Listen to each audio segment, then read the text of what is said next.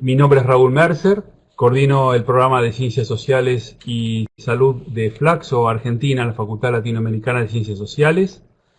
Y bueno, a través de este medio también deseo darles la bienvenida a este webinar como primera actividad de lanzamiento de la versión en español del libro, ya que próximamente vamos a contar con una versión en inglés. Y la segunda actividad de lanzamiento también está prevista para los días del día 31 de agosto próximo, durante el Congreso Internacional de Pediatría Social a realizarse en la ciudad de Santiago, en Chile, en donde ahí vamos a tener también la participación de algunos coautores de este material, concretamente Ernesto Durán, que está presente acá en este momento en la conferencia, que está coordinando el Observatorio de Derechos de la Niñez en la Universidad Nacional de Colombia, en Bogotá, y Elia Molina, que es médica pediatra y ex ministra de Salud de Chile, y actualmente se desempeña como vicedecana de Investigación y Desarrollo de la Universidad de Santiago. Así que para quienes estén próximos a Santiago, en Chile, estamos todos invitados a partir de ese evento que va a realizarse el día 31 de agosto, 1 y 2 de septiembre, en el viejo Congreso de la ciudad de Santiago. El título del libro toma una metáfora transformada a partir del texto de Saint-Exupéry, en donde cobra vida nuevamente el tema de la pobreza de la infancia en un mundo globalizado donde el impacto negativo del neoliberalismo va dejando sus huellas sobre la sociedad, pero particularmente en la población de chicos y chicas que habitan nuestra región. De ahí que este material, que es único en su tipo, pretende actuar como un elemento disparador para generar un debate colectivo en torno a esta problemática acuciante y ofensiva que está afectando justamente a la población, yo diría, más vulnerable y vulnerada de nuestro continente. De allí que este espacio cobra un valor significativo, atendiendo al sentido mismo y a reconocer la importancia de valorar los contextos críticos en los cuales estamos viviendo, no solo América Latina, sino el mundo todo. Para ello, deseamos agradecer a distintas personas e instituciones que se han hecho eco de esta convocatoria. En primer lugar, a los disertantes, que los tenemos aquí presentes y a quienes vamos a presentar en un minuto. Obviamente a todos ustedes, a la audiencia que se ha sumado para participar en esta actividad, a la gente de Flaxo Virtual que está facilitando los recursos técnicos para facilitar esta conferencia, y también recordarles que esta actividad forma parte de una serie de actividades virtuales o videoconferencias enmarcadas dentro de la programación del Comité de Pediatría Social de la Asociación Latinoamericana de Pediatría, de la cual Ernesto Durán es el presidente. Y finalmente también un agradecimiento muy especial a Verónica Bagnoli, colega y amiga que está actualmente en México, que ha significado un gran apoyo para que esta actividad pueda concretarse. Vayamos entonces ahora a recorrer brevemente la agenda. Por un lado, en este momento estamos haciendo la presentación. Luego le vamos a dar un espacio para que Alberto Minujín haga su exposición vinculada con lo que es el antecedente del grupo de trabajo sobre pobreza e infancia y las características propias del texto que hoy presentamos, y también algunos aspectos vinculados con el contexto de la pobreza en Latinoamérica y el impacto y la influencia de las desigualdades. Seguidamente, Alberto Simadamore se va a referir a la temática de pobreza y desigualdad a nivel global, las complejas raíces de la pobreza en el contexto globalizado, y finalmente Mónica González Contró, que está en este momento en México, se referirá a la temática de la relación entre pobreza y los derechos de la niñez. La idea, como ustedes ven aquí en pantalla, es destinar una etapa final, un momento final, a intercambio de preguntas o comentarios que ustedes desean realizar. Para eso les pedimos por favor que nos las hagan llegar por chat, y lo que vamos a hacer es al final hacer una ronda de preguntas una o dos rondas de preguntas dependiendo del tiempo disponible para compartirlas con los disertantes. Hechas estas aclaraciones, vamos a hacer una breve presentación de nuestros disertantes invitados. Por un lado, Alberto Minujín, que es argentino y tiene una residencia compartida entre nuestro país y los Estados Unidos. Como ustedes ven en pantalla, su formación es de estadístico y matemático, pero con un amplio recorrido en el campo de las ciencias sociales y las políticas sociales vinculadas con la pobreza en la infancia, con un desarrollo tanto en el campo académico de nuestro país, de la Argentina, como Estados Unidos y América Latina. Y también ha tenido un desarrollo y una actividad muy importante como oficial senior de la División de Política y Planeamiento de UNICEF, con sede en Nueva York. Bueno, Alberto, obviamente, además de colega, es amigo y venimos trabajando mancomunadamente en este campo desde hace tiempo, así que, Alberto, te damos la bienvenida. En segundo lugar, Alberto Simadamore, que por las circunstancias de la vida, si bien es argentino, ha recalado en Bergen, en Noruega, como ustedes ven en pantalla, tiene un amplio antecedente en el campo de las relaciones internacionales, con formación en distintas unidades académicas de nuestro país y del extranjero, y actualmente está radicado en Bergen, en Noruega, como director del programa de estudios sobre pobreza del Consejo Internacional de Ciencias Sociales, con sede en la Universidad de Bergen, y del Instituto de CROP, que justamente es una institución dedicada a los análisis comparativos sobre temáticas de pobreza. También te damos la bienvenida, Alberto. Y finalmente, Mónica González Contró, que es doctora en Derechos Fundamentales de la Universidad Autónoma de Madrid, y abogada general de la Universidad Nacional Autónoma de México e investigadora del Instituto de Investigaciones Jurídicas de la UNAM, especializada en temas de derechos de la niñez, y además es consejera honoraria de la Comisión de Derechos Humanos del DF e integrante del Consejo Consultivo de la Comisión Nacional de Derechos Humanos de la Junta de Gobierno del Consejo para prevenir la discriminación en el Distrito Federal y de la Junta Directiva de la Asesoría Jurídica Federal de Atención a Víctimas. Además, Mónica fue anfitriona del encuentro realizado en México, en la sede de Flaxo, México, así que ella tuvo un doble rol como académica, pero también en facilitar nuestra estada en la oportunidad de aquel seminario que fue el punto de inicio que hoy se concreta en la presentación del actual libro. Hechas estas presentaciones, vamos a pasar directamente a cederle la palabra a Alberto Minujín para que disponga de sus 15 minutos y haga su presentación. Adelante, Alberto, tenés la palabra. Raúl, muchísimas gracias por esta presentación. Saludos a todas y todos, a Alberto C., a Mónica y a todos los que están conectados. Para mí es un placer estar con ustedes y poder avanzar, y sobre todo una gran alegría presentar este libro que ha tenido un proceso que quiero comentar porque es un trabajo que nos llevó varios años. Pero quería, ante todo, comenzar con la idea de que formamos primero un grupo de trabajo y que el libro, la idea que tuvimos y lo que queríamos resaltar y queremos resaltar, quiero yo resaltar al menos en esta presentación, es esta idea de una mirada crítica sobre el tema de la pobreza infantil.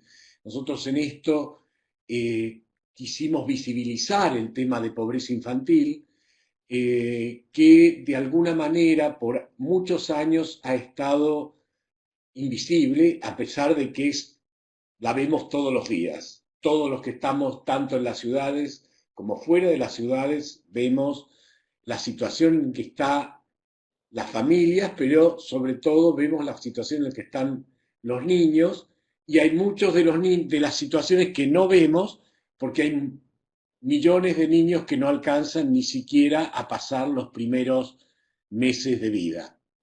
Entonces, queríamos avanzar sobre esto, traspasar esta mirada que está muy fijada y que ha sido fijada por años en la idea de que el ingreso es el único ligado a este tema de la pobreza y llevarlo más a una mirada crítica que tenga que ver con la desigualdad, que tenga que ver con las otras dimensiones de la pobreza infantil, tanto urbana como rural.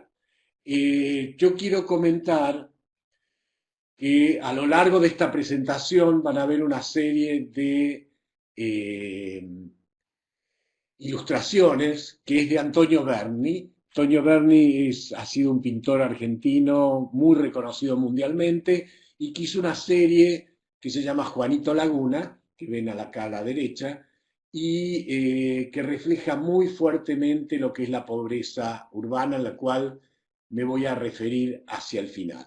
Entonces, quiero comentar que este libro no es como a veces una recopilación de artículos, sino que está formado a partir de un trabajo que se inició hace unos años, y ahora voy a mostrar el tiempo en el cual se inició, pero nos llevó 4 años de trabajo armar el libro, 4 años de trabajo en el sentido de que estuvimos discutiendo en un grupo que queríamos poner como objetivo, el libro es solo una herramienta para la acción, y eso es lo que tratamos de hacer, una discusión a lo largo del tiempo que nos permitiera avanzar en propuestas tanto de investigación como de acción. Nuestra mirada está en la acción y entonces es hacia eso a los que nos estamos enfocando. Cada uno de nosotros, o la mayor parte de los que están en el libro, tiene un pie en el lado académico, pero un pie importante y posiblemente buena parte del corazón en el tema de la acción. Entonces, estos fueron los objetivos del grupo de trabajo y el grupo de trabajo lo formamos en el 2011. Tuvo un momento muy importante en el 2012 en el cual hicimos una presentación en el quinto Congreso Mundial que se realizó en San Juan, Argentina, que fue un congreso que hubo varias miles de personas, y ahí tuvimos una presentación muy importante en la cual todos los que participamos en el libro estábamos ahí presentes. Trabajamos durante el 2013 y en el 2014 en México, como dijo Raúl, hicimos un seminario en México, auspiciado, o Mónica estuvo como anfitriona con Flaxo, y en realidad en ese momento los artículos que hoy forman parte del libro fueron presentados en una versión inicial con un comentarista que trabajó sobre eso y hubo una discusión intensa del grupo. Entonces, ustedes van a encontrar en el libro un material que en realidad ha llevado un esfuerzo importante generarlo. Acá pueden ver las instituciones que formaron parte. Básicamente hemos tenido representación de buena parte de América Latina, y de instituciones, importantes instituciones académicas, que conforman una parte, o sea, que le dan un background importante al libro.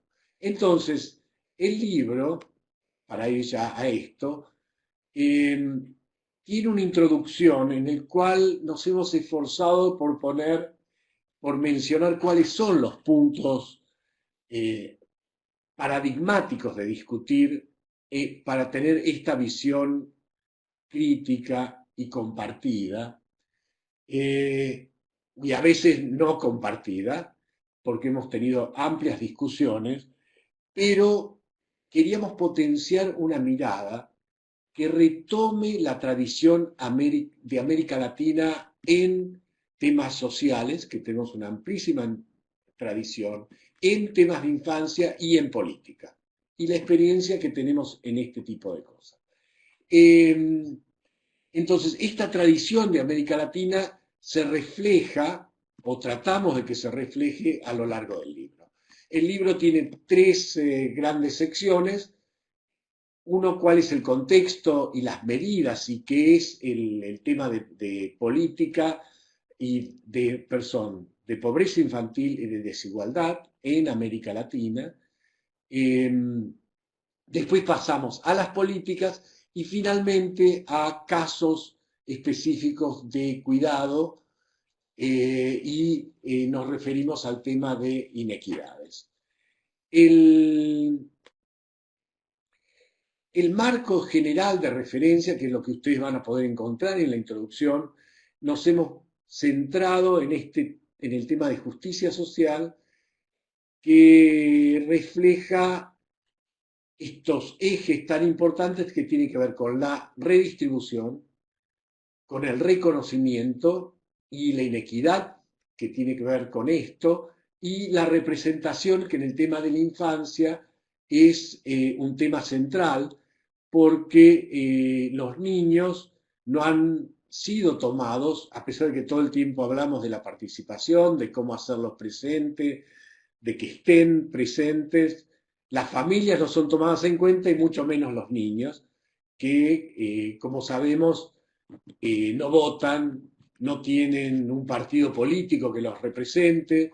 Entonces, este ha sido un tema importante y yendo al interior, este es el marco general que hemos trabajado, y yendo al interior del libro, han sido algunos temas muy centrales que son, yo diría que cruzan a lo largo de los artículos. No es que hay un artículo que se llame Ciudadanía Social e Infancia, pero el tema de ciudadanía social y la infancia como un componente activo de la sociedad, es algo que está presente a lo largo de todos los artículos y que lo encontrarán en el marco inicial de la introducción, pero también lo encontrarán a lo largo de todos los trabajos. Entonces, este es un primer tema que queremos marcar, y el otro gran tema que liga todo el libro y que tiene que ver con lo que mencioné previamente respecto a una mirada sobre la acción, es decir, nosotros, si bien estamos con un pie en la academia, lo que queremos es influir la agenda política y producir cambios, miramos las políticas sociales con una idea de cómo avanzar y, sobre todo, dado los periodos que están corriendo en este momento en el mundo y en América Latina, cómo hacemos para no retroceder, que es uno de los peligros importantes en este momento, creo que estamos atravesando en el mundo y en la región. Entonces, estos temas de redistribución, reconocimiento y representación los tomamos ligados a las políticas sociales como otro de las partes fundamentales del libro. Y finalmente, el otro aspecto que marcamos todo el tiempo es el que relaciona el tema de la desigualdad con el de la pobreza. No hay posibilidad de modificar de una manera permanente, de lograr inclusión, de no seguir manteniendo las situaciones de exclusión que existe, si no nos movemos y no tomamos como un tema importantísimo el de la desigualdad. Y en este sentido, nos quisimos enfocar también en lo que son las políticas locales y la importancia en América Latina de la pobreza urbana como un contexto que, esto quiero mencionarlo y anunciarlo, la idea que estamos teniendo es que en un futuro, que no sabemos bien cuándo, pero queremos hacer algo similar, pero enfocado en los temas de pobreza urbana. Y en esto quiero marcar dos cosas. Por un lado, quiero refrescar una de las frases y rendirle homenaje a Eduardo Bustelo, que es una de las personas importantísimas para nosotros en esta mirada crítica y en este conocimiento, que es, él marcaba el tema de la pobreza de ciudadanía por un lado y la infancia como agente de cambio social. En América Latina, hace unos años hemos hecho un estudio, eh, que estamos volviendo a rehacerlo, ahora que estamos frente a Hábitat 3 y con la nueva agenda de SDGs, en el cual se ve que 1 de cada 3 niños crecen en hogares de alta precariedad. El tema urbano, sin desconocer, no quiero, por favor, no me malentiendan, no desconozco la profundidad de la pobreza rural, pero América Latina, el 80% de la población es urbana, entonces los promedios urbanos nos han ido invisibilizando los temas que tienen que ver con la pobreza y al interior de las ciudades, porque además en las ciudades se supone que hay una serie de ventajas y de hecho muchos de los migrantes a las ciudades quieren tomar estas ventajas y sin embargo no acceden a ellas. 3 de cada 4 niños latinoamericanos crecen en ciudades y tenemos 111 millones de personas que viven en asentamientos precarios, de los cuales alrededor de un 38 a 40% son niños.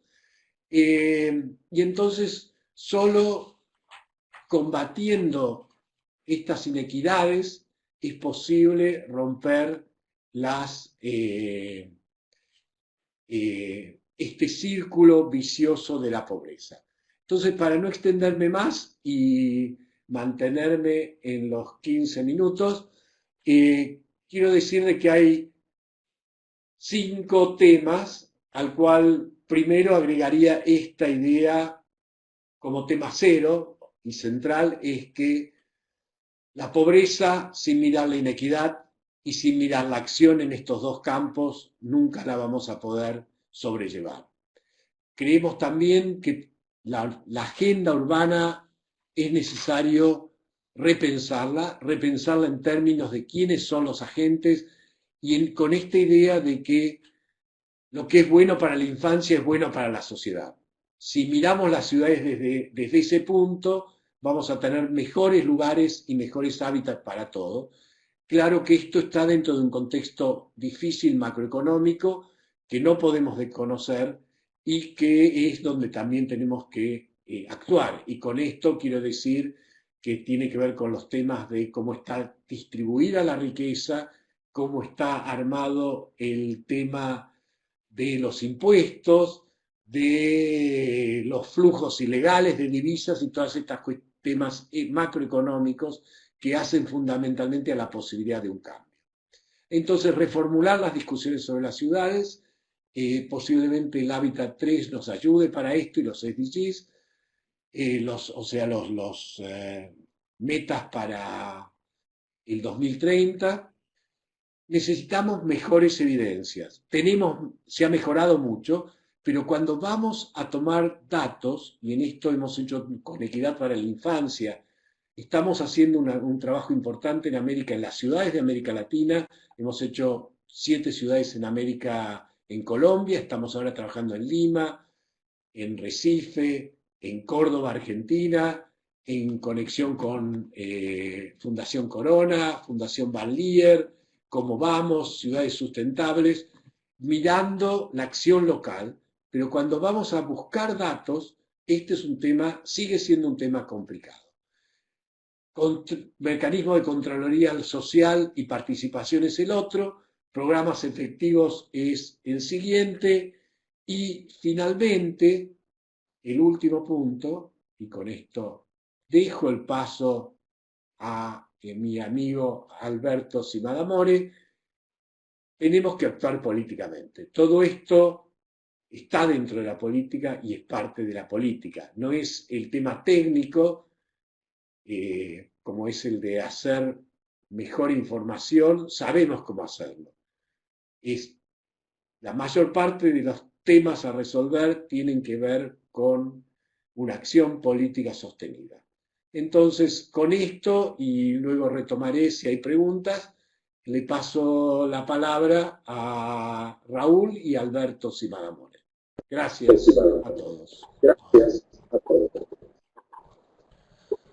Gracias, Alberto, por la presentación tan clara y por haberte ajustado a los tiempos. Entonces, sin dilatar más las presentaciones, le damos espacio a Alberto para que haga su presentación. Hola, buenas tardes.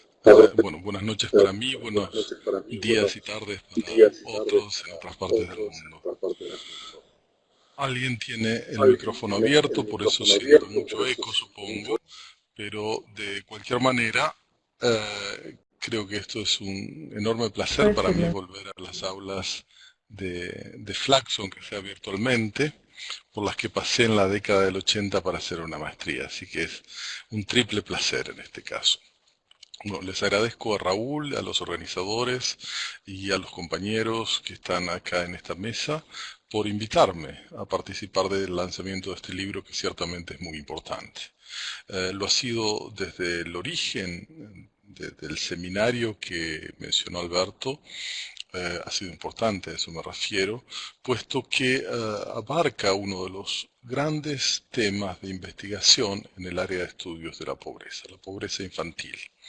La pobreza infantil es crucial a la hora de entender lo que Alberto Minujín mencionó como el círculo vicioso de la pobreza, pero también desde el punto de vista de la acción política es crucial porque todos entendemos que es el eslabón que hay que romper para eliminar o imposibilitar o evitar sustancialmente la transmisión intergeneracional de la pobreza. Es por esto que hemos apoyado esa iniciativa y es por eso que seguiremos haciéndolo a través de la publicación de este libro en idioma inglés, que tendrá una distribución mundial a partir de la editora alemana que está trabajando en la edición en inglés, que es Ibiden Verlag, y la distribuidora que es Columbia University Press. Habiendo dicho esto, voy a pasar en mi presentación a ocuparme de lo que los organizadores me han pedido, que es discutir básicamente las características y los esfuerzos globales que tiene la pobreza en nuestro momento, relacionarlo con la actualidad y sobre todo concentrarme en la mayor iniciativa de nuestro tiempo, que está sintetizada en los Objetivos de Desarrollo Sostenible. Voy a tratar de abordar este tema de acuerdo a una perspectiva que he venido trabajando durante la última década y que CROP ha apoyado desde sus inicios, que es el enfoque de economía política de la pobreza, vinculado con la idea de producción de pobreza que ha inspirado el trabajo del Seoyen, mi predecesora y otros en CROP. Y luego, para cerrar esto, voy a enmarcar este libro que estamos presentando en la estrategia y en las actividades globales de nuestro programa. Como ustedes pueden ver acá, esta imagen les resultará muy conocida hace mucho y sintetiza este esfuerzo enorme de erradicar la pobreza al cual se han comprometido 193 estados el año pasado en la Asamblea General de Naciones Unidas. Estos objetivos son extremadamente ambiciosos, pero sin lugar a dudas de cumplirse van a lograr algo que la humanidad no ha podido hacer durante centenios, que ha sido lidiar efectivamente con la pobreza extrema y el hambre que ha acechado la humanidad desde sus orígenes y que ciertamente con distintos alcances, con distintos matices, está presente hasta nuestros días en un nivel que muchos, inclusive nosotros, si no todos, consideramos inaceptable. Lo consideramos inaceptable desde un punto de vista político, ético y económico, por la sencilla razón de que existen recursos suficientes en este mundo para erradicar la pobreza. Que no se haga esto es ciertamente una deuda moral enorme que tienen los gobiernos que ahora se han comprometido formalmente a erradicar la pobreza, sobre todo la pobreza extrema, y a reducir al menos a la mitad otras formas de pobreza, avanzando así sobre la multidimensionalidad de la pobreza.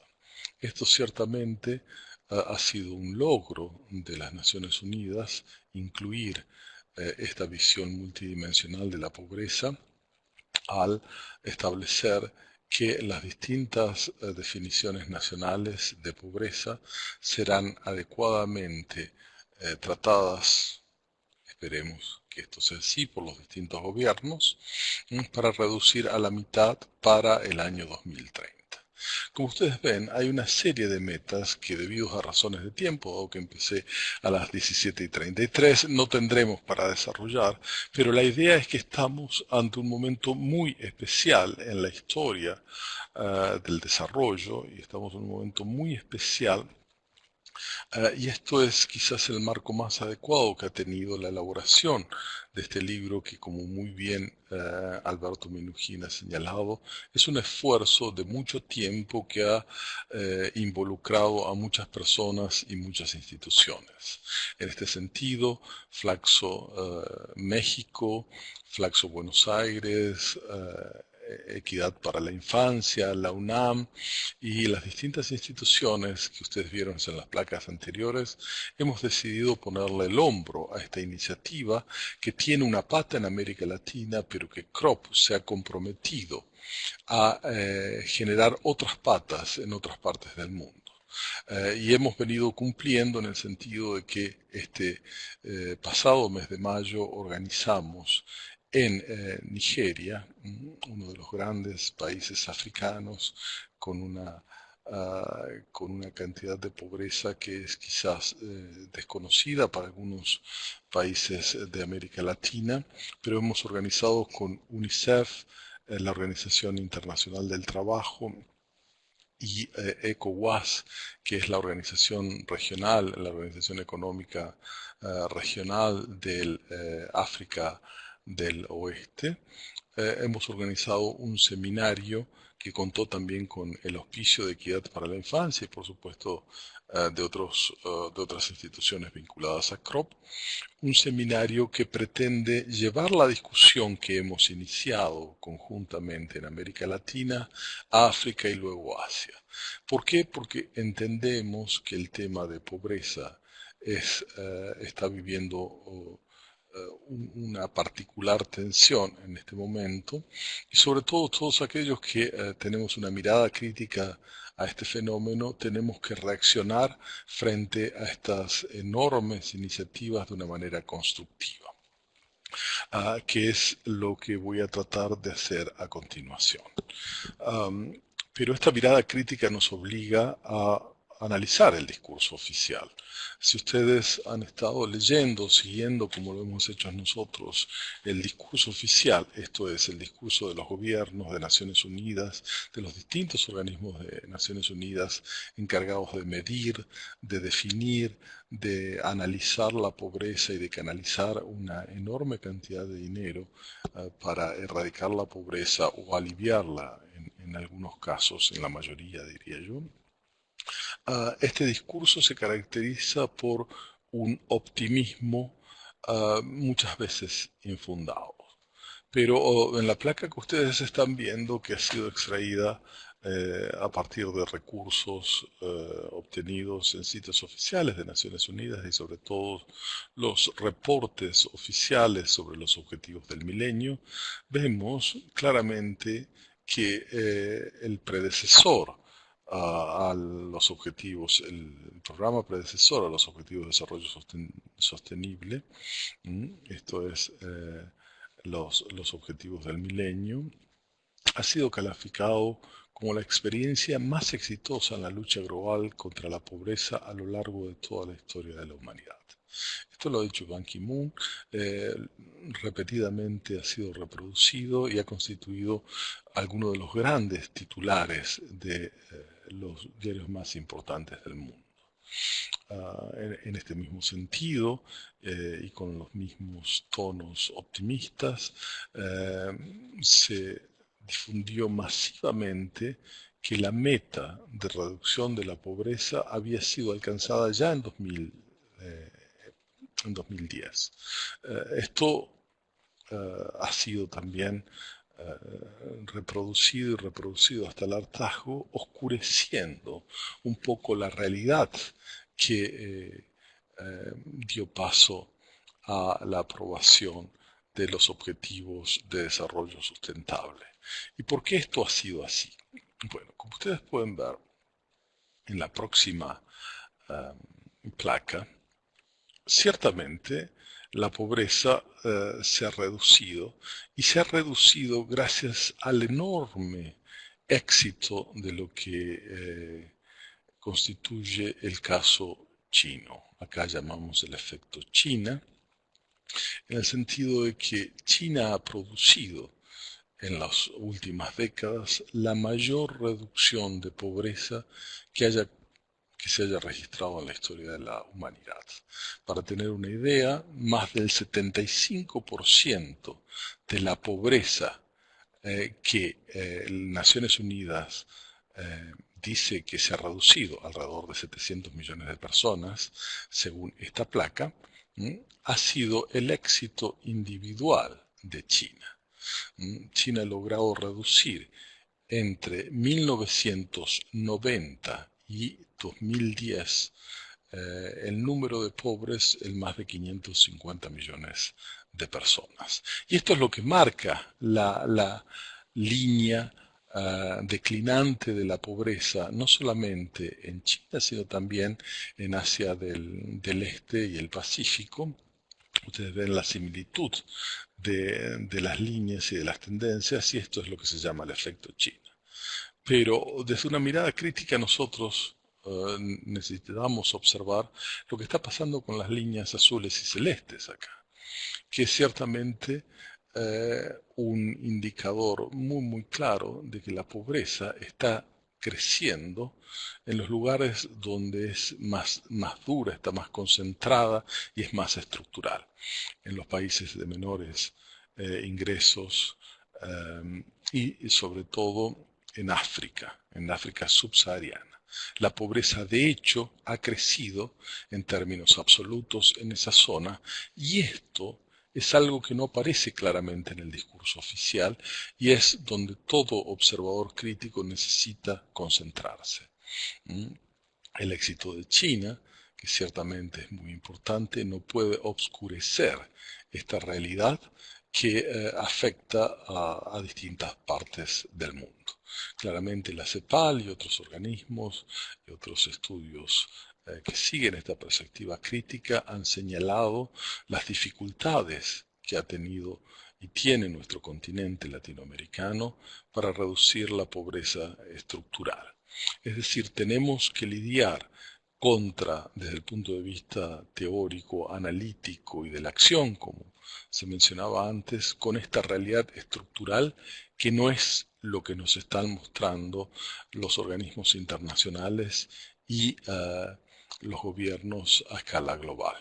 Entonces, esto requiere una mirada un poco más desagregada, yo diría marcos teóricos y analíticos que nos permitan ver esto en su integralidad y poder avanzar, sobre todo cuando miramos la pobreza en relación a la desigualdad. La desigualdad es otra de las grandes tendencias estructurales que necesitan ser atacadas conjuntamente, pero ustedes pueden ver en este gráfico que ha sido extraído de la última obra de Piketty que la desigualdad viene creciendo desde la década del 70 de manera ininterrumpida. Y lo más sorprendente de todo, y lamentablemente no tengo tiempo acá, es que los únicos dos momentos en el cual la desigualdad ha sido a nivel global y sobre todo en Estados Unidos, que reproduce un poco las tendencias globales, son en los momentos de las dos grandes guerras del siglo XX. Quiere decir que la tendencia general en tiempos de paz es a incrementar la desigualdad, y esto, vinculando con el gráfico anterior, nos indicaría en principio que existen tendencias estructurales que evitan que la pobreza, la extrema pobreza y las distintas definiciones multidimensionales de la pobreza puedan ser debidamente eh, eh, respondidas a nivel global debido a estos efectos estructurales.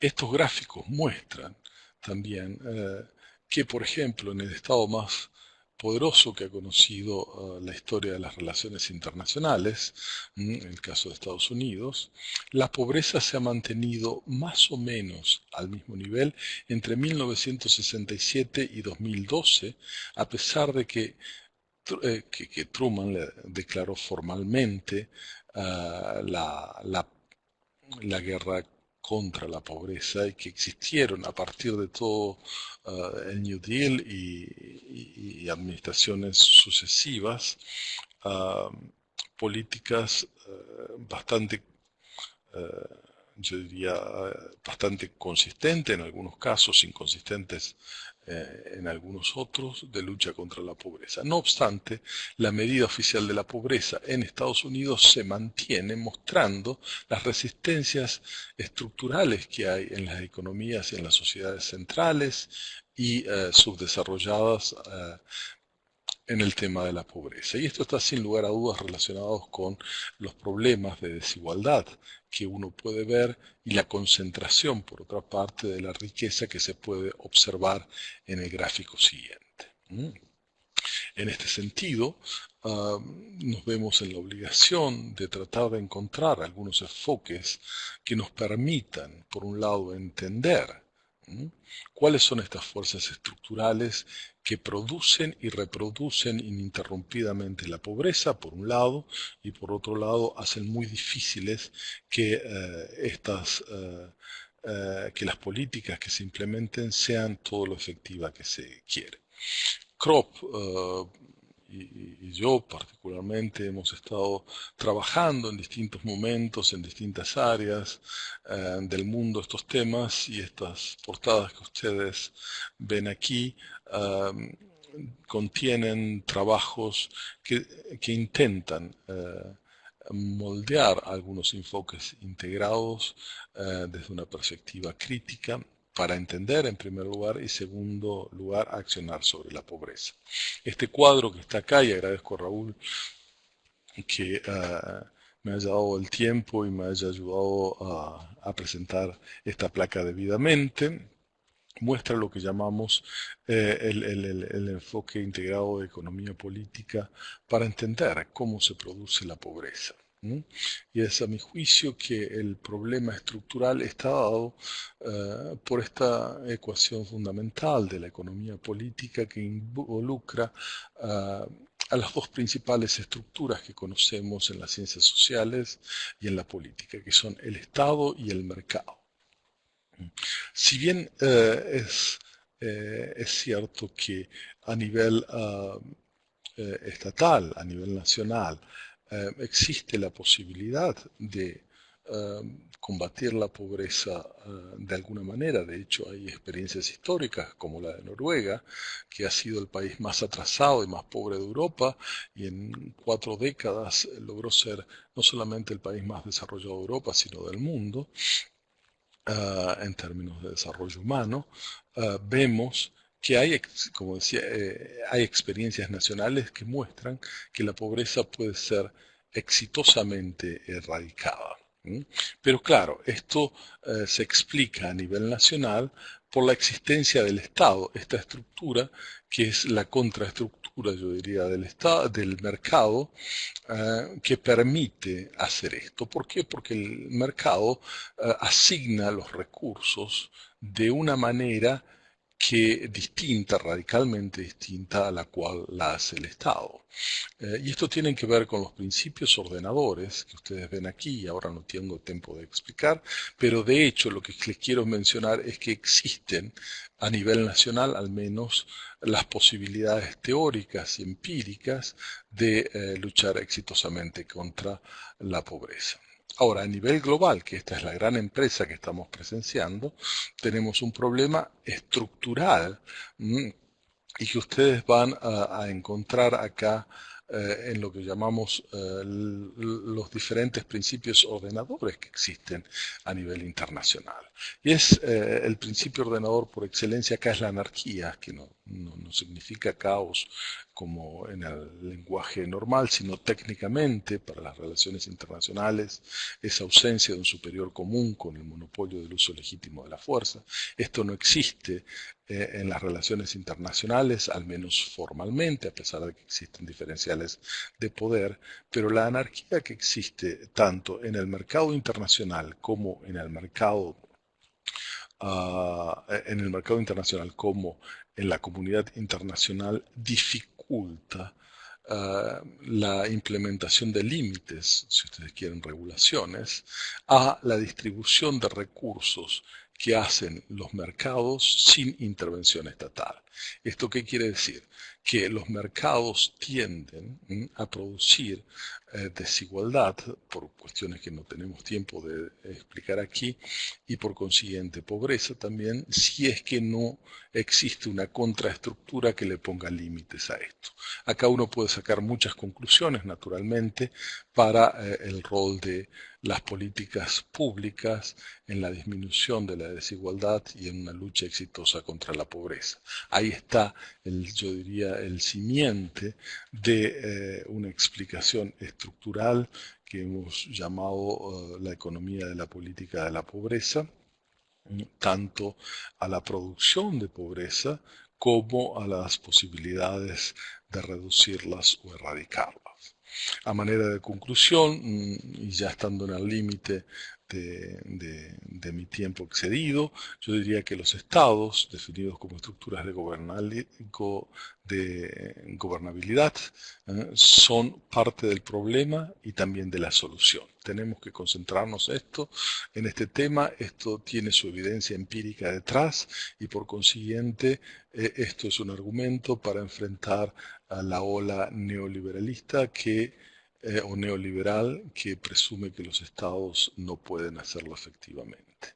Pero para esto tenemos que entender las formas concretas, históricas, de estados y mercados que se dan en distintas partes del mundo, así como el rol de los agentes en el mantenimiento y en la posibilidad de cambio estructural. Desde esa perspectiva, es que hemos apoyado decididamente el seminario internacional y seguiremos apoyando todas las actividades relacionadas con la difusión de este importante libro que tenemos el agrado de auspiciar y ciertamente de diseminar. Muchísimas gracias por todo y disculpas por la extensión.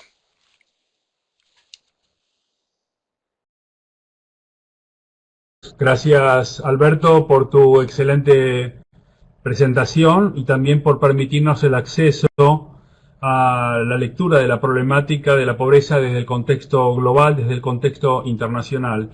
Y espero que esta presentación, así como la de Alberto Minujín, haya despertado el interés por parte de los participantes para que puedan ir transmitiendo sus preguntas en el chat. Así que ya la invitación está cursada. Y ahora sí, le vamos a dar paso para la última de las presentaciones de este webinario a cargo de Mónica González Contró. Así que, Mónica, tienes la palabra. Adelante. Pues muchísimas gracias. Muy buenos días a todos desde México. Pues me sumo a los agradecimientos por la invitación a estar en la presentación de este libro que, como ya se ha dicho muy bien, pues es resultado no es una compilación de trabajo, sino resultado de un trabajo articulado que tuvo pues un punto de inflexión en el seminario que se lleva a cabo acá en la Ciudad de México y que, bueno, pues precisamente tiene como finalidad hacer una aportación a el debate desde América Latina sobre pobreza e infancia. Y pues me parece muy pertinente, no puedo evitar comentarlo, que pues es coyuntural la publicación del libro, pero además esta presentación, porque en estos momentos en México estamos viviendo una crisis digamos, de credibilidad en relación con el tema de la medición de la pobreza, porque el Instituto Nacional de Estadística, Geografía e Informática, que es el INEGI, que es el encargado pues de generar la información en México, cambió los estándares de medición de la pobreza, con lo cual pues se ha generado un gran debate con el Consejo Nacional de Evaluación de la Política de Desarrollo Social, porque los resultados que arrojan son distintos. Y esto nos muestra pues que una, digamos, batalla que se consideraba ya ganada, por lo menos en el contexto mexicano, pues no está exenta de tener algún retroceso, y es una situación preocupante la que estamos viviendo, porque precisamente pues a partir de la medición de la pobreza es que se pueden tomar decisiones en relación con la política pública. Entonces, lo que yo haré en este tiempo de presentación es desarrollar los temas que se me ha pedido, que particularmente implican pues un enfoque predominantemente jurídico sobre los derechos de niñas, niños y adolescentes y la afectación, digamos, de la pobreza a estos derechos. Entonces, en primer lugar, podemos decir, ¿no?, que esta pues es una cosa, no, una afirmación evidente, que la pobreza constituye una de las expresiones más graves de violación a los derechos humanos de todas las personas. Pero la pobreza tiene especiales consecuencias en niñas y niños, precisamente por estar en una etapa de desarrollo. Y aquí, por mencionar solo algunos derechos, se nos podrían ocurrir muchísimo más, que tienen importantes consecuencias cuando no se garantizan adecuadamente a la infancia, por ejemplo, la alimentación, la salud, ¿no? Si un niño no tiene sus vacunas adecuadamente, pues desde luego no va a obtener un desarrollo óptimo. El derecho a la educación, que predominantemente...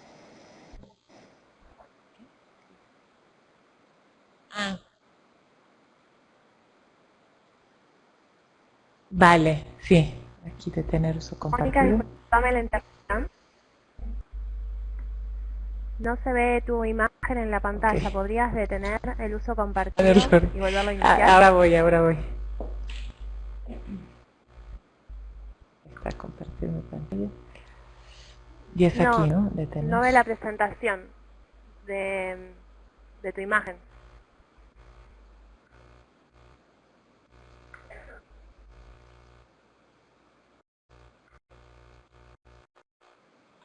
¿Ya? Perfecto, gracias. No, gracias y disculpa. Bueno, y desde luego, como venía yo diciendo, el derecho a la educación que predominantemente debe garantizarse en la infancia, el juego, el medio ambiente, la protección contra la explotación, por mencionar algunos de los muchos derechos que si no son garantizados durante los primeros años de vida, entonces pues desde luego tendrán importantes repercusiones en la edad adulta. Por eso, pues es necesario recalcar la importancia de los estudios focalizados en la pobreza infantil. Porque como bien se ha mencionado también y mencionó Alberto, la pobreza afecta a todos los integrantes de la familia, pero especialmente a niñas y niños, y esto tiene como consecuencia también el ciclo reproductor de la pobreza, que ya abordaron los dos Albertos, y y pues la transmisión generacional de la pobreza cuando no son garantizados estos derechos. Y aquí cabría hacernos la pregunta que se me pidió que desarrollara: ¿cuál es el papel de la Convención sobre los Derechos del Niño en el contexto de la pobreza infantil?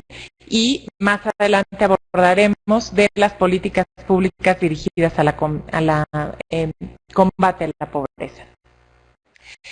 La Convención sobre los Derechos del Niño, como muchos de ustedes ya sabrán, es el instrumento que en el ámbito internacional constituye pues el marco jurídico de reconocimiento de los derechos de las personas menores de 18 años de edad. Esta convención fue aprobada por la Asamblea General de Naciones Unidas en 1989 y ha sido ratificada por prácticamente todos los países del mundo. Tiene 54 artículos, no nos detendremos aquí a los contenidos específicos, pero hay que mencionar que dentro, pues estos grupos, estos derechos se encuentran agrupados en algunos ejes que han sido identificados por el Comité de los Derechos del Niño, que es el órgano encargado de vigilar el cumplimiento de esta convención. Entre estos grupos de derechos están las medidas generales de aplicación, que se refiere a todas las medidas que toman los estados que han ratificado la convención para hacerla efectiva, derechos civiles y libertades que implican todo lo vinculado con registro de nacimiento, nacionalidad, desde luego participación, de una manera muy importante, libertad de expresión, libertad de creencias, libertad de residencia. Entorno familiar y otro tipo de tutela que reconoce el derecho de cada niña y cada niño a vivir en un entorno familiar, y cuando se encuentran privados de cuidados parentales, la forma en la que debe garantizarse precisamente el entorno adecuado para niñas y niños.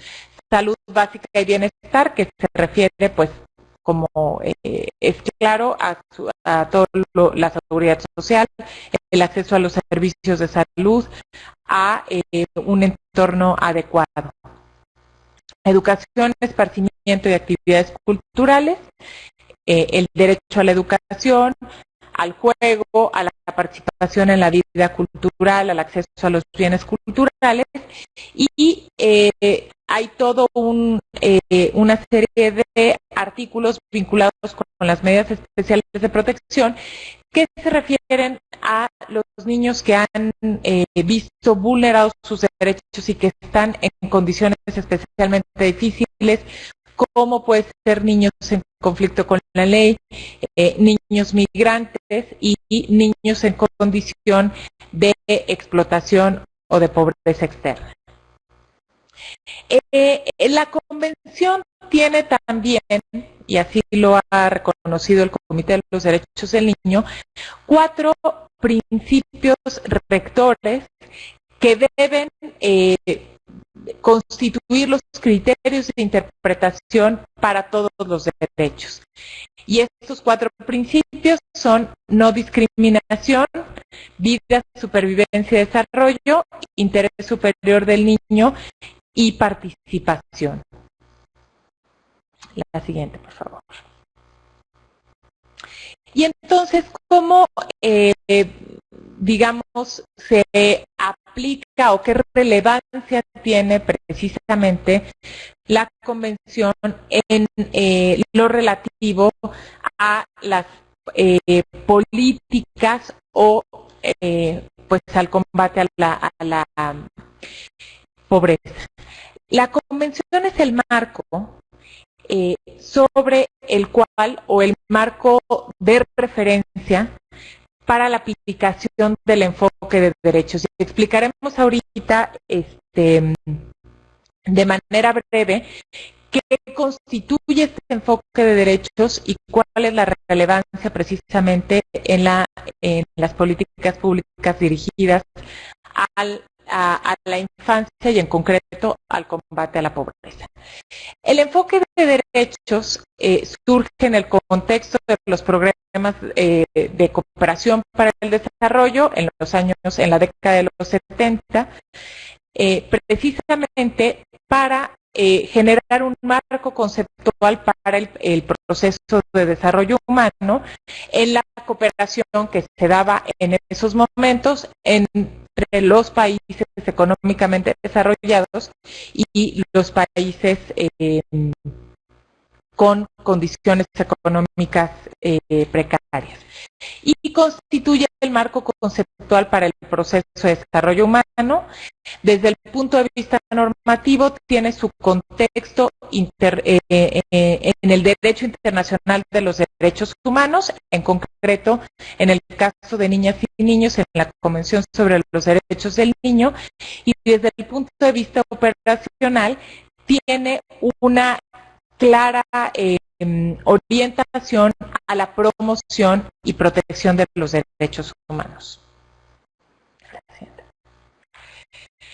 Bueno, desde esta perspectiva del enfoque de derechos, la realización de los derechos humanos debe ser el objetivo del desarrollo y, por ende, de toda política pública.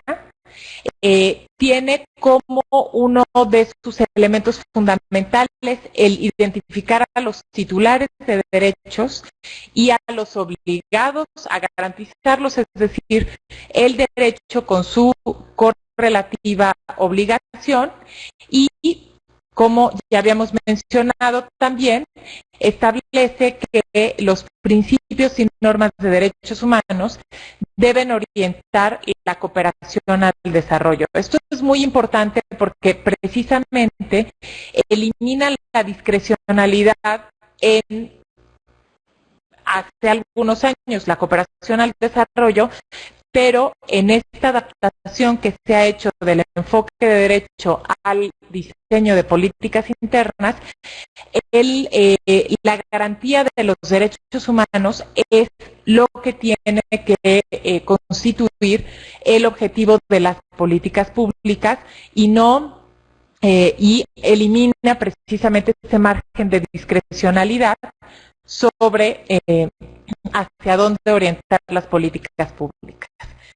Tiene un valor muy importante porque, desde luego, intrínsecamente pues es lo éticamente correcto, pero también tiene un valor instrumental porque el enfoque de derechos, es decir, esta visión de la política orientada a la garantía de los derechos, es mucho más efectivo para promover el desarrollo humano, tiene resultados mejores y sostenibles. ¿Sí? Entonces, ¿cuál es el valor práctico de este enfoque? Es identificar a los titulares de derechos especialmente marginados, y pues aquí desde luego cobra una relevancia importante el tema de la pobreza. Hay un planteamiento holístico que debe tomar en cuenta la comunidad, a la familia, a la sociedad civil. Como habíamos dicho, tiene como su marco los instrumentos internacionales, implica necesariamente un proceso participativo entre los titulares y los obligados, tiene como uno de los ejes también la transparencia y la rendición de cuentas, la vigilancia y los resultados sostenidos.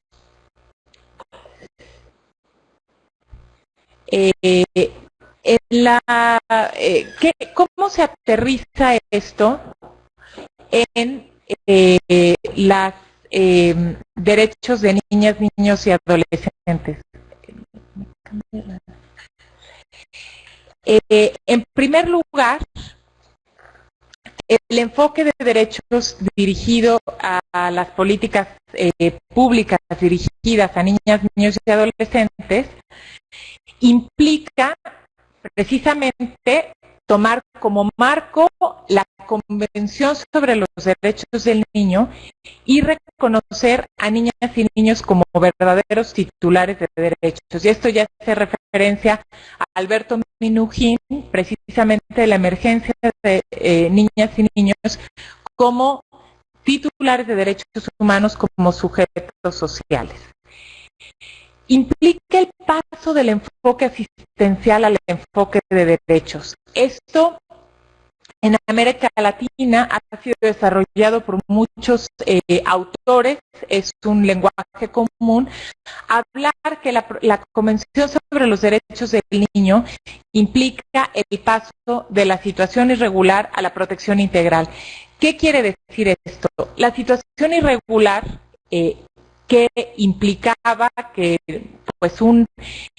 únicamente el derecho y el Estado asumían ciertas obligaciones a las personas menores de edad en situación irregular, es decir, aquellas que estaban ya sea en conflicto con la ley por haber cometido un delito o fuera del ámbito educativo y familiar, con lo cual el Estado tomaba pues una acción activa en relación con estos niños, dándoles la atención que pues de manera arbitraria y discrecional se decidía, ¿no?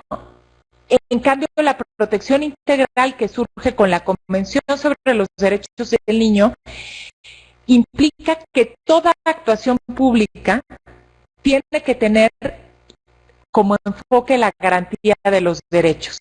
Y ya la asistencia social, que tiene un elemento importante de ruptura en este sentido, implica la garantía, la atención a los niños en situación, por ejemplo, de privación de cuidados parentales, no debe hacerse desde la perspectiva de garantizar los derechos.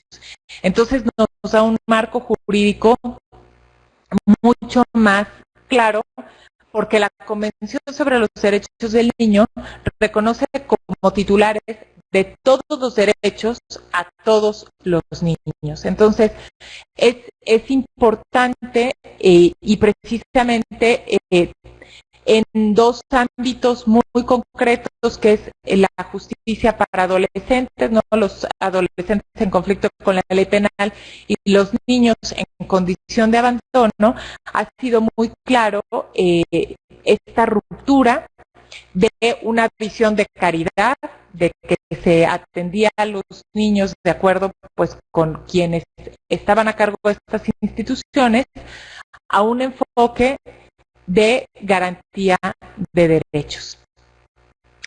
También da certeza jurídico sobre el contenido de las políticas, elimina la discrecionalidad y el enfoque asistencial.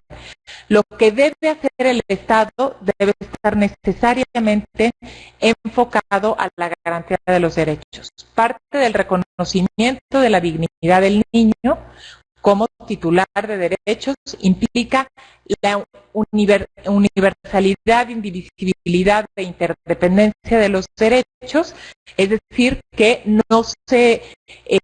es legítimo sacrificar un derecho en aras de garantizar otro, por ejemplo, el garantizar el derecho a la participación, ¿sí? O el derecho a la vinculación familiar en aras de combatir, por ejemplo, la pobreza, ¿no? Esto sería como muy claro. Implica la participación de niñas, niños y adolescentes, es decir, el gracias, Mónica, por tu excelente presentación. De los mismos titulares de derechos. Bueno, hago extensivo este agradecimiento a los tres disertantes. Bueno, quiero recordarles que la presentación ha sido grabada y que por lo tanto va a ser pasible de ser utilizada a los fines que ustedes consideren. tanto en la generación de nuevos debates, en la relectura de los materiales y también en la promoción de vínculos interpersonales, institucionales y académicos para movilizar justamente todas las propuestas que fueron discutidas en el día de hoy, además de los contenidos que son vertidos en el libro. Y el libro, además, se puede acceder gratuitamente a través del enlace que se encuentra en la invitación, y para quienes no tengan algún tipo de dificultad nos lo hacen saber para facilitarles el acceso y para que puedan leerlo. Entonces, de acuerdo a lo que teníamos previsto, la idea es hacer una ronda de preguntas, y hasta ahora hemos tenido dos participantes que se han animado a hacer sus comentarios. Yo lo que voy a hacer es limitarme a transcribirlos, a leerlos textualmente y abrir un espacio para que tanto Alberto Simadamore, Alberto Minujín y Mónica hagan alguna reflexión al respecto, o en caso contrario también comentar algún elemento más que les haya surgido a lo largo de esta presentación y que ustedes consideren que podría ser compartido en este momento. Y los comentarios son dos, uno de Iliana Curiel, de Colombia, en donde ella menciona que la pobreza en nuestras comunidades indígenas limita las competencias parentales en beneficio de nuestros niños. En La Guajira, Colombia, se están culpando a los padres de no dejar intervenir al Estado, pero las políticas para reducir la pobreza no tienen en cuenta el contexto étnico. Deberíamos tratar problemas estructurales y reforzar valores familiares. Por su parte, Yedín Guillén de México dice textualmente: yo quiero comentar que en el libro se reconoce que la pobreza infantil es la violación de derechos en la infancia. En este sentido, la erradicación de la pobreza infantil no solo se podrá lograr si las políticas sociales están orientadas al cumplimiento de sus derechos sociales, pero además la medición de la pobreza infantil debe captar los indicadores específicos de las carencias infantiles para poder crear políticas antipobreza adecuadas. Asimismo, debe identificarse los factores de riesgo asociados a la privación infantil, ya sea en zonas urbanas, rurales, población indígena, etc. Sin embargo, ha existido entre la mayoría de los países de América Latina un desfase entre la medición de la pobreza y la política social. Es el caso de México, en el que Coneval mide la pobreza multidimensional, pero las políticas sociales implementadas por el gobierno están dirigidas con base en un criterio de ingreso mínimo. Gracias.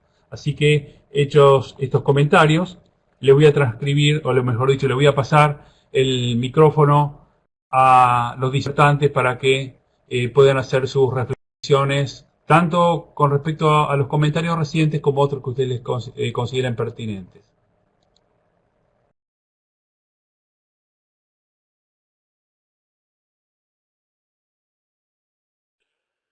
Yo voy a hacer un breve comentario. Yo creo que fue muy interesante escucharlo a Alberto Simadamore y a Mónica, porque de alguna manera hemos ido complementando una visión. Y respecto a lo que dice Iliana, uno de los temas que hemos discutido mucho y que presentamos también en el libro son los problemas de discriminación y específicamente la situación de los pueblos indígenas y afrodescendientes. Entonces, esto sucede tanto en las zonas donde están estos pueblos como, yo diría, al menos en algunos de los países, en las áreas urbanas, también hay un tema importante con grupos indígenas que se han trasladado y que están viviendo en las peores de las situaciones, porque están discriminados por pobreza como indígenas y con temas de marginación. Respecto a la otra pregunta, yo diría que esta es una pelea que tenemos que continuarla, porque tratar de que los países hagan una medida multidimensional y una medida sobre infancia ha sido una lucha complicada y difícil. Pero todavía tenemos un fuertísimo desfasaje entre lo que se mide y lo que se hace. Así que en eso estamos, y todo lo que podamos hacer en conjunto lo seguiremos haciendo. Gracias.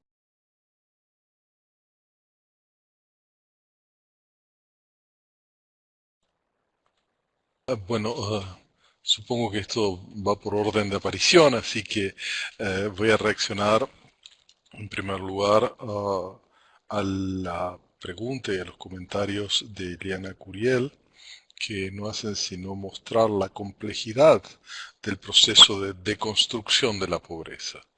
La pobreza y la desigualdad son construcciones sociales que están contextualizadas geográfica y culturalmente, también históricamente, por supuesto. Y ella menciona la complejidad de la experiencia colombiana, donde cuestiones étnicas, familiares, estructurales y de políticas hacen realmente compleja la mirada, el análisis y la solución a ese tema, ¿no? La pobreza indígena es particularmente sensible, dado que afecta a muchos, pero por otro lado es particularmente difícil de tratar analíticamente. Justamente en Colombia, cuando estábamos organizando, cuando yo trabajaba en Claxo, un seminario, representantes de pueblos indígenas presentes ahí participaron en una discusión realmente muy apasionada acerca de lo que significa la pobreza para los pueblos indígenas y cómo existen distintas miradas sobre esta. Nosotros tratamos de sintetizar eso en un libro de Krop sobre pueblos indígenas y pobreza que está también disponible en nuestro website. Pero dado que no tenemos mucho tiempo, yo lo que quisiera acá señalar es realmente esta complejidad, sobre todo desde la mirada global que yo he tratado de aportar, porque simplemente no hay soluciones globales al tema de la pobreza y como dije en mi presentación, esto tiene que ser contextualizado históricamente. Y esta mirada estructural no puede desconocer las sensibilidades nacionales y locales en el tema de la pobreza, que se complejizan aún más desde una mirada multidimensional de la pobreza, como es la que intenta impulsar este libro, donde existen múltiples dimensiones que se componen o que se mezclan de manera tal de que construyen este constructo social que es la pobreza y también la desigualdad. Entonces, Ileana, no tengo una respuesta concreta para el caso específico, pero simplemente quiero decirte que tanto la mirada del libro como de las instituciones que apoyaron la publicación de este libro reconoce esta complejidad que mencionas y indica a los tomadores de decisiones claramente que las cuestiones sobre pobreza deben ser analizadas y tratadas a nivel local y nacional de acuerdo a las peculiaridades que esto ofrece. En el caso de Judith Guillén, creo que Mónica tiene mucho más información sobre el caso de México de la que tengo yo desde aquí, así que esto constituye un paso elegante hacia México y darte la palabra a ti, Mónica.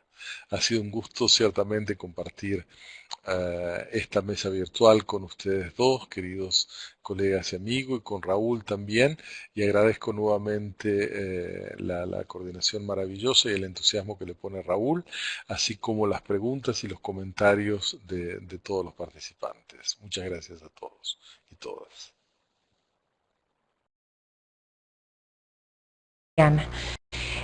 Pero quiero retomar algo que dijo Alberto Minujín en su exposición y que además aparece precisamente como explicación o como presentación del libro. Este libro precisamente pretende ser una mirada desde América Latina. Y eso me parece que tiene un valor muy importante porque pues, en el libro hay algunos de los textos precisamente que se centran en el tema de las comunidades indígenas. Y esto que se menciona también, bueno, estuvo muy presente en el seminario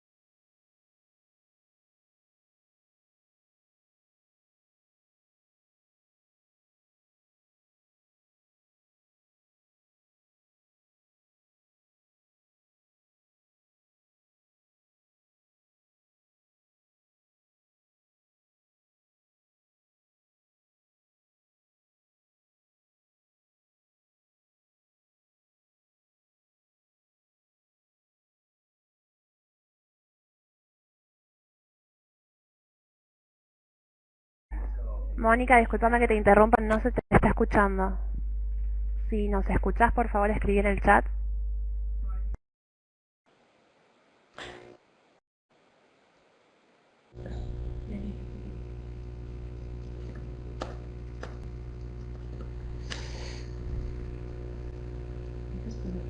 Sí, sí, sí. Nos estás escuchando, Mónica. Hay un déficit en el audio, en el sonido tuyo. Hay un problema del micrófono. Fíjate si podés ver si está conectado o no. Estamos viendo. Adelante, Mónica. Sí, ¿ya me escuchan?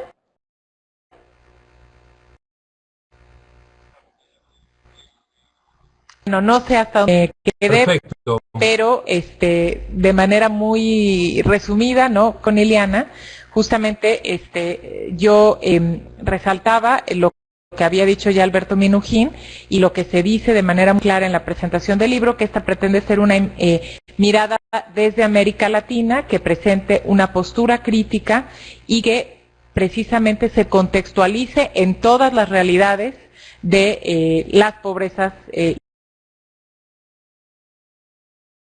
y las infancias, y que además, bueno, va a cuestionar la forma en la que se han diseñado las políticas de tratamiento de la pobreza, porque pues desde luego en la exposición de Alberto C. no han sido exitosas en nuestra región. Y por otro lado, en relación con el comentario de Yedid, completamente de acuerdo, realmente pues no hemos logrado, también lo dice Alberto Minujín Clara, instrumentalizar lo que habíamos sido capaces de medir. Entonces tenemos esta dificultad, ¿no? Como tú bien decías, ¿no? El Coneval mide la pobreza de una manera, pero no necesariamente esto se ve reflejado en las políticas, y hoy, como yo mencionaba al inicio de mi presentación, pues tenemos el gravísimo problema de que pues el INEGI cambió la forma de medición, y hay ahorita pues una digamos situación de pues enfrentamiento, de discrepancia con el Coneval, y esto desde luego no tiene absolutamente ningún efecto benéfico en el tema de la medición de la pobreza y de la creación de políticas públicas destinadas a la creación, al combate a la pobreza desde un enfoque pues integral y tomando en cuenta todas las complejidades de nuestro país. Y pues me sumo, muchísimas gracias de verdad por este espacio. Fue un placer volvernos a encontrar en el ciberespacio y espero que sea el primero de muchos más. Muchísimas gracias, Raúl, de verdad por esta organización y esta convocatoria.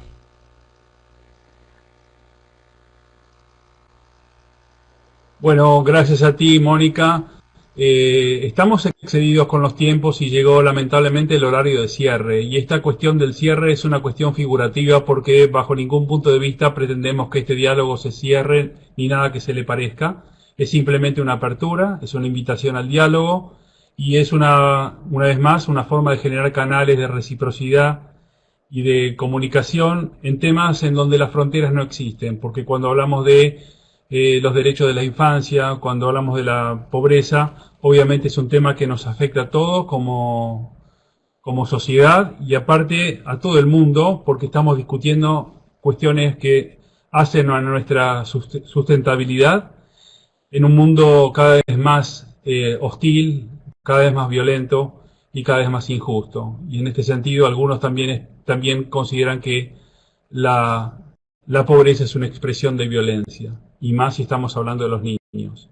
Hay dos comentarios adicionales, uno de Fabiola, que hace referencia a su adhesión al comentario de la compañera de La Guajira, y Claudia, que está interesada en indagar en profundidad los temas de pobreza urbana, para lo cual vamos a ver la forma de generar algunos canales de comunicación y de llegada para Alberto, que está trabajando en la temática. Así que como facilitador de esta actividad también va mi agradecimiento. Es un placer poder verlos a ustedes. Se los ve bien, cada vez mejor. Y les mando un abrazo, un cordial saludo y estaremos en contacto para nuevos eventos a futuro. Gracias a todos por la participación y adelante, vamos cerrando la actividad.